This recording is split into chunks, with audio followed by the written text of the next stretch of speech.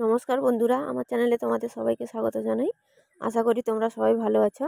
আজকে আমি নিয়ে এসেছি তোমাদের জন্য একটা ভিন্ন স্বাদের রেসিপি। আজকের রেসিপিতে আছে ধনেপাতা ও পেঁয়াজ কুচি দিয়ে পকোড়া। এটা তোমরা খুব সহজেই বাড়িতে বানাতে পারবে। এটা একবার তোমরা বাড়িতে বানিয়ে দেখো, খুব ভালো লাগবে। একটু টমেটো সসের সঙ্গে পরিবেশন করো, খুবই ভালো লাগবে। বাড়িতে কোনো অতিথি হঠাৎ মাত্র এলে এটা তোমরা অবশ্যই পরিবেশন করতে পারবে। এখানে আমি পেঁয়াজ কুচি কুচি করে নিয়েছি, কয়েকটা পেঁয়াজ নিয়েছি। তার মধ্যে আমি কিছুটা ধনেপাতা নিয়ে সেগুলো ধুয়ে ভালোভাবে কেটে নেব। এখানে দেখো ধনেপাতাগুলো কিন্তু খুব টাটকা, ধুয়ে নিচ্ছি। তারপর এগুলো আমি কেটে নেব। কেটে পেঁয়াজ ও ধনেপাতা একসঙ্গে মিশিয়ে নেব। এই যে মিশিয়ে নিচ্ছি। এরপর আমি এর মধ্যে আমার পরিমাণ মতো বেসন দিলাম। তোমরাও তোমাদের পরিমাণ মতো বেসন দেবে।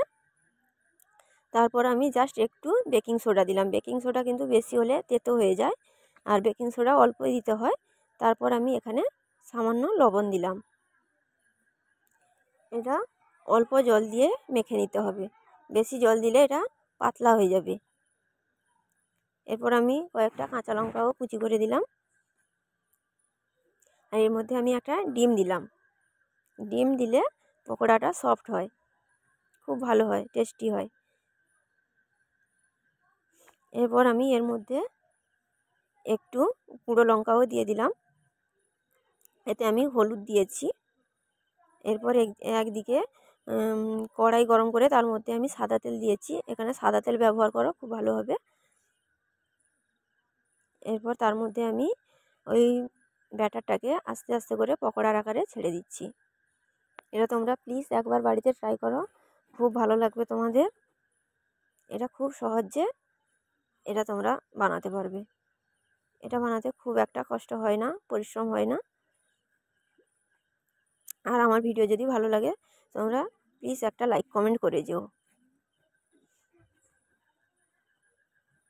আর শেয়ার করতে ভুলো না তোমাদের বন্ধুদের কাছে, যাতে তারাও এরকম তৈরি করে খুব সহজে খেতে পারে। এই পকোড়াগুলো আমি দুদিকটা ভালোভাবে ভেজে নেব।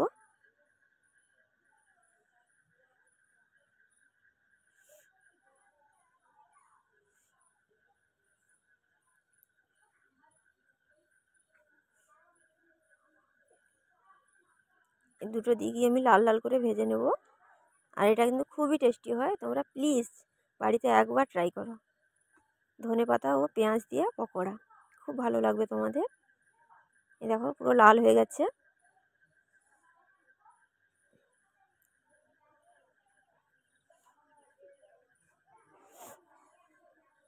দেখো কতটা সফট হয়েছে।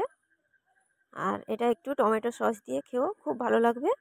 আর আজকের মতো এই পর্যন্ত। দেখা হবে পরের অন্য কোনো একটা রেসিপি নিয়ে, আবার ভিডিও নিয়ে তোমার কাছে আসবো তোমাদের সামনে। আজকের মতো টাটা।